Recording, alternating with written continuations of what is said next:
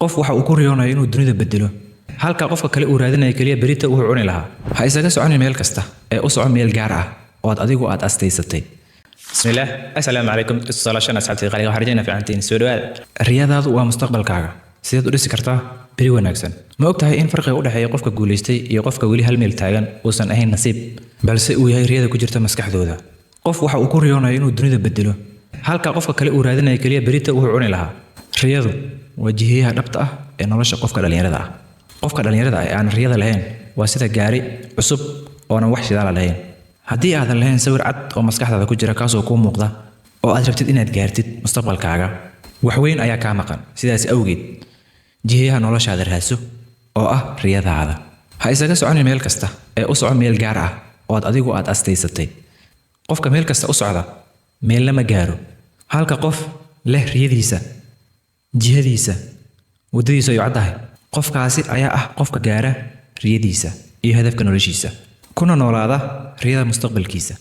riyadu waa jiheeyaha nolosheena. maanta qof walba waxa uu rabaa guul. adiga guushaadu maxay tahay? mase doonaysaa inaad dhisatid beri wanaagsan? qofka maanta dhista oo u dadaalo oo u halgama ayaa hela beri wanaagsan. riyadu ma ahan kaliya sawir maskaxdaada isaga jira ee waa ficil maalinle ah kaasoo aad u qaadaysid si aad u gaartid riyada fog ee mustaqbalkaaga. riyada dhabta ah ma ahan kaliya dhalanteed habeenkii la arko ee waa naqshadeeyaha dhabta ah ee mustaqbalkaaga berito.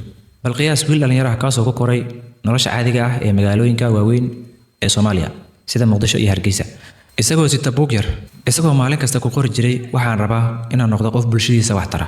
isagoo maalin kasta ku qori jiray waa inaan naftayda bedelaa bulshada aan wax u qabtaa dalkaygana aan horumariyaa. inkastoo dadka badankood ay dhihi jireen noloshu way adag tahay duruuftan adag ayaan ku jirnaa xaaladu ma sahlana dalkuna ma hagaagsana sidaad ku gaari kartaa riyada noocaasi ah?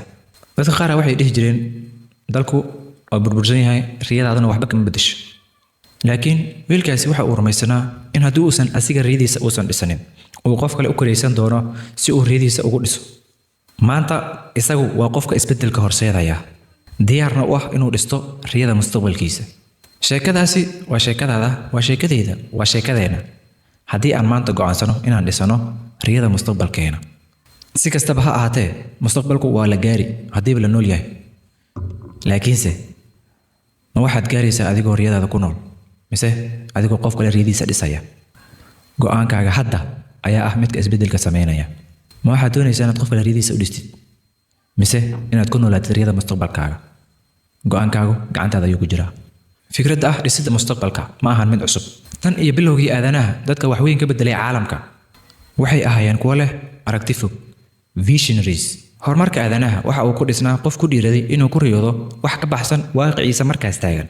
dadka isbedelka dhabta ah iyo saameynta weyn yeesha ma ahan kuwa arka waxay dadku caadiga arkaan balse waa kuwo si ka duwan sida dadka kale wax u arkaa ay u muuqato waxaysan dadka kale u muuqanin ulajeedo iyo aragti fog leh.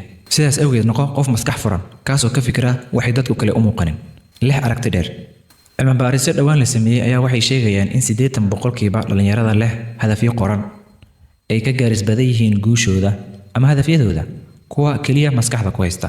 saaxiib, hadafka iyo riyadu ma aan kaliya wax maskaxda isaga jira ee waa inaad qorataa waa inaad u halgantaa maalin kasta sidaad ku gaari lahayd hadafkaasi fog iyo dhisidda mustaqbalkaaga beri. الوقت كالسيف فإن لم يقطع قطعك. وقتي هو سيده سيفت oo kale hadii aadan goynin isaga ayaa ku goynaya. laba kolba waqtigu waa imaan hadii naftan ay kugu jirto balse qaabkeed ugu diyaar garowday inuu kugu imaado. kullayba nolosha ma fududaanayso balse adiguna qof adag kaasoo dhista riyada mustaqbalkiisa. mustaqbalkuna waxa uu u baahan yahay dadaal iyo karti iyo tala saarashada Rabbi. tawakkul. ayad quraana waxay leedahay وأن ليس للإنسان إلا ما سعى. آذنه محلو وحنا نهين وحي أدداله. رب سبحانه وتعالى أياب كجري أديك واحد على ذي كليه واحد أدداشي. سداس أوجد ما حطوا يريسنا يساعد ذلك حاجة. واحد كصوت أدداشي أو أمنتد إن تجاري كرتت ربنا عدو تلا سارتت وتجاري كرتا ونهيري كرتا. إسلامكو وحقو إن برا يا أنا نقنا ضد حملة سرلة أخلاق ونفسن يونية داعدة ولا وضع جرب يتكدوا لي سوسيات وجارتت رياضة مستقبل كاجا. inaad riyadaada raacto waxay leedahay laba waji. faa'iidooyinka inaad hesho deganaansho maskaxeed oodan ku lumin jahwareerka nolosha sababtoo ah wadadaadu way ku caddahay. inaad hesho nolol macno leh qiimo leh oo dhadhan leh sababtoo ah waxaad og tahay waxa aad samaynayso iyo sidaad u samaynaysid iyo meeshaad u socoto iyo midda saddexaad oo ah inaad tusaale u noqoto dhallinyarada kale kuwaasoo kugu dayan kara caqabadaha inaad lumiso dad badan kuwaasoo aanan ku fahmi doonin iyo daalka quusta iyo rafaadka bilowga safarka riyadaada kaasoo u baahan adkaysi fara badan samir iyo dulqaad waqti dheer qaata haddii riyadaadu ay dheer tahay hadda waxaan kula wadaagayaa 5 tilaabo oo ficil ah oo aad samayn kartid hadda qoro riyadaada ee ha ku dayn maskaxdaadu way ka bixi karaan ama waad ilaawi kartaa laakiinse waa inaad meel ku qorataa notes aad ku qorataa buug iyo qalin aad ku qorataa naftaada si qoto dheer u baro wax cusubna baro haddii aad naftaada si sax ah aad u barid waxaa kuu fududaanaya inaad ogaatid waxaad ku fiican tahay iyo waxaad ku xun tahay meeshaad u socotid iyo waxaad rabtid inaad gaarto sidaas awgeed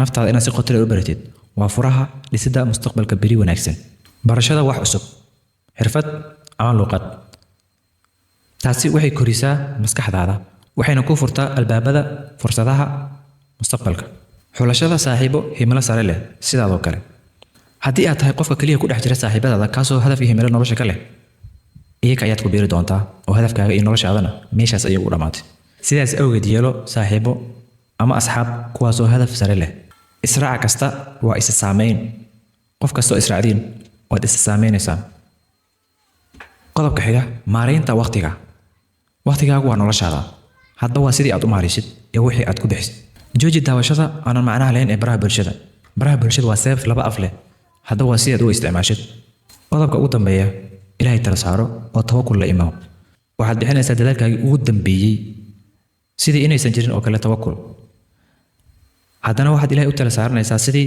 inaadan waxba samaynin oo kale horta ma isweydiisay haddii aad gaartid noloshaada 50 sano hadduu ilaahay ku gaarsiiyo noloshaada sidii u keen doontaa maxaase dhacaya ma ku sawiran tahay nolosha mustaqbalkaaga ee 50 sano ee soo socda siday noqon lahayd kasoo qaad 50 jir ayaa noqotay sidaad rabtay inaad noloshaada noqoto ma qoomamo aan dhammaad lahayn mise faan aad ku faanaysay dadaalkii aad soo bixisay iyo wixii aad noloshaada ka soo qabsatay qoomamada ayaa ka xanuun badan dadaalka sababtoo ah haddii aad soo dadaashid oo soo daashid waad isku dayday waad guulaysatay ama aad guuldareysatay laakiin kama qoomamaynaysid laakiinse haddii aadan dadaalin oodan soo daalin qoomamadu waa xanuun saaxib dhallinyarnimadu waa hanti ku meel gaar ah ha u ogolaanin cabsida fashilka inay kaa hor istaagto dhisidda mustaqbalkaaga quruxda badan waxaa tahay geesiga noloshaada iyo qoraaga qisadaada waa hadba iyo adiga sidii aad ka dhigato haddii aad rabtid noloshaada inaad dhan kasta aad ka dhisato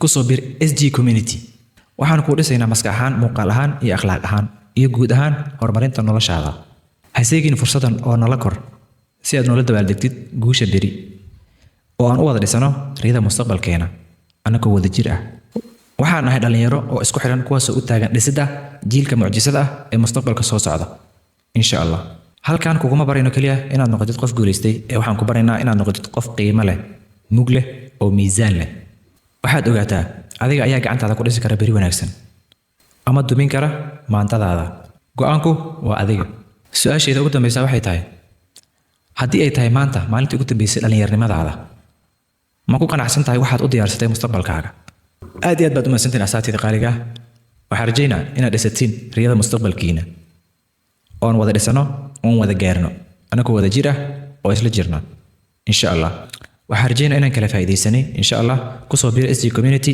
subscribe sar like sar videoga una share galay saaxiib aad rabtid inuu mustaqbalka kula koro sidaadoo kalena himilo sare leh aad iyo aad baad u mahadsan tahay waxaa inoo balana videogan videohagi insha allah mac salaam